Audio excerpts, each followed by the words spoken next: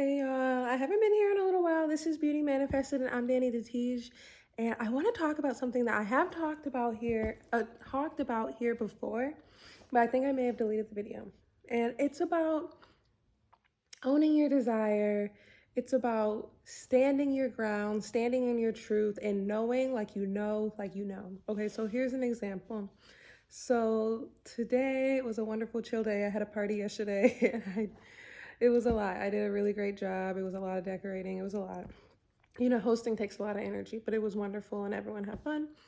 So today I was just kind of chilling today and I spent a lot of time with my grandma because whenever I have downtime, I like to be able to just, relax and have conversations with her. So we had a good day. And so today while I was getting her in bed, I had a YouTube video playing because I'm probably giving too much details, but that's fine. So when I went in there, she had on one of those cop shows, and right when I walked in, it was like a shooting scene, and my nervous system is very sensitive.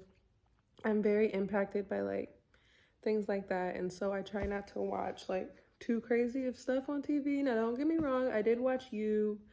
I watched some crazy things, but like as much as I can, I try to avoid TV that's like, it's a lot going on. Especially it was like a black cop, so it was just too close to home. It was feeling too realistic. Anyway, so I asked her to turn it off.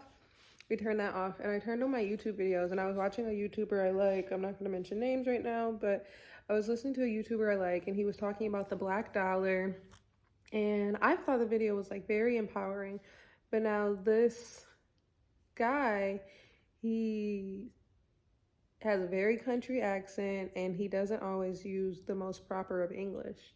And my grandma is really big on linguistics, I guess. She's very big on that.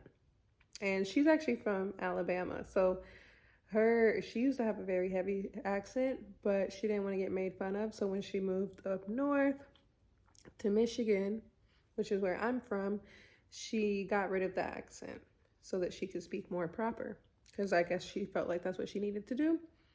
And so I don't know if she has I don't know what the deal is, but I noticed that whenever people get on, especially black people, but really anyone, and they don't speak proper, she's like, no.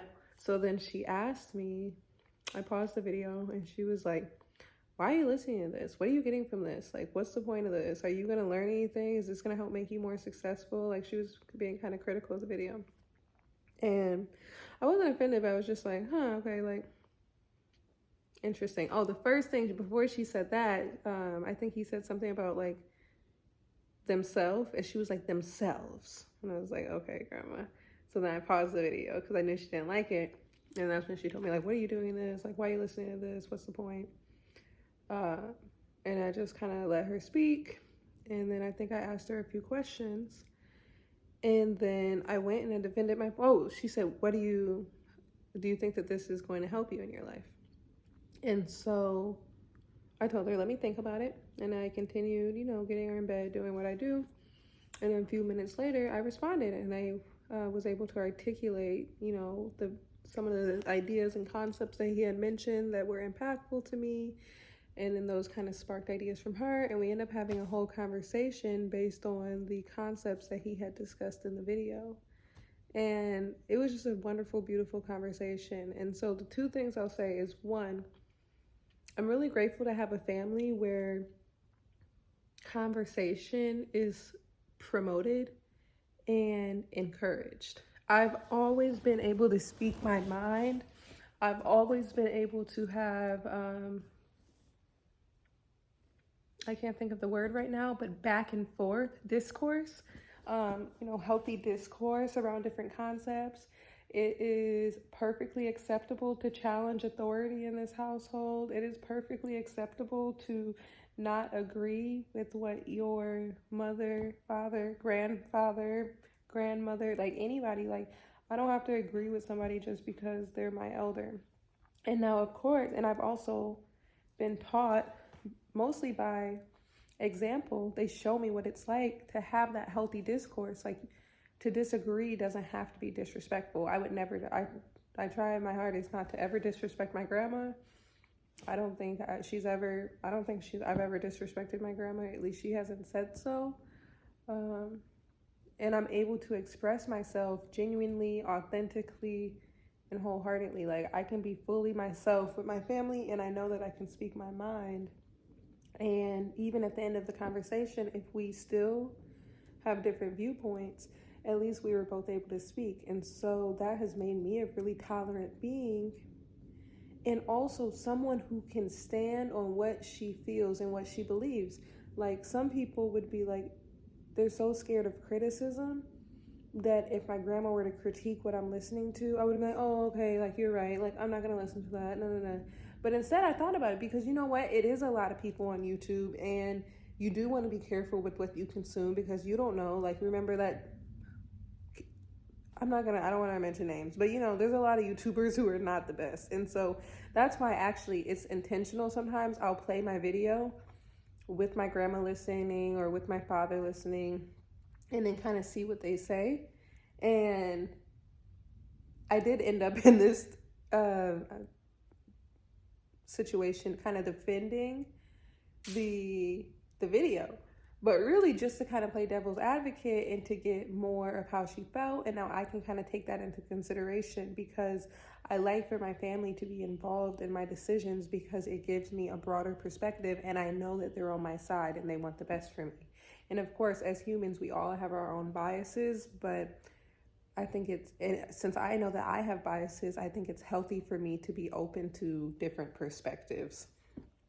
And also that even if someone disagrees with me, if I feel strongly about it and I know what I believe, then I can stand on that. I'm not going to let somebody just push me off my square just because they feel a type of way, unless they can articulate it to me in a way that makes sense and then possibly move me over to my square. So I am open-minded and I'm willing to hear.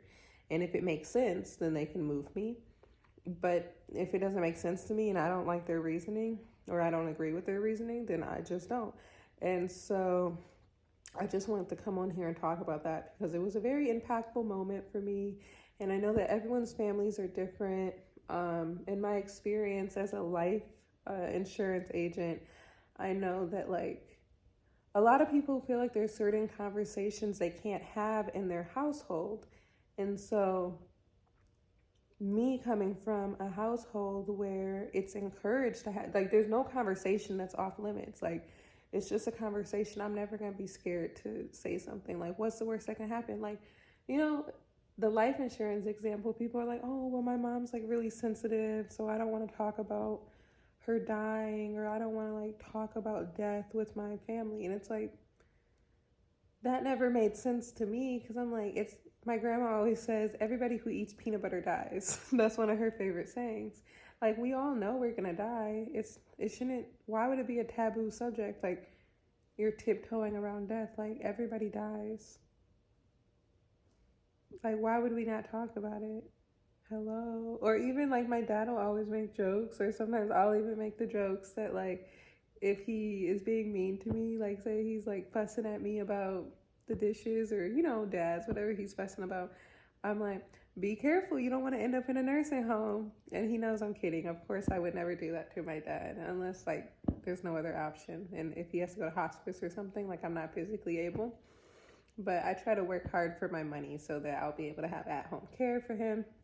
So it's all in good nature. But we'll say stuff like that because it's like, you're gonna get old, you're gonna need help.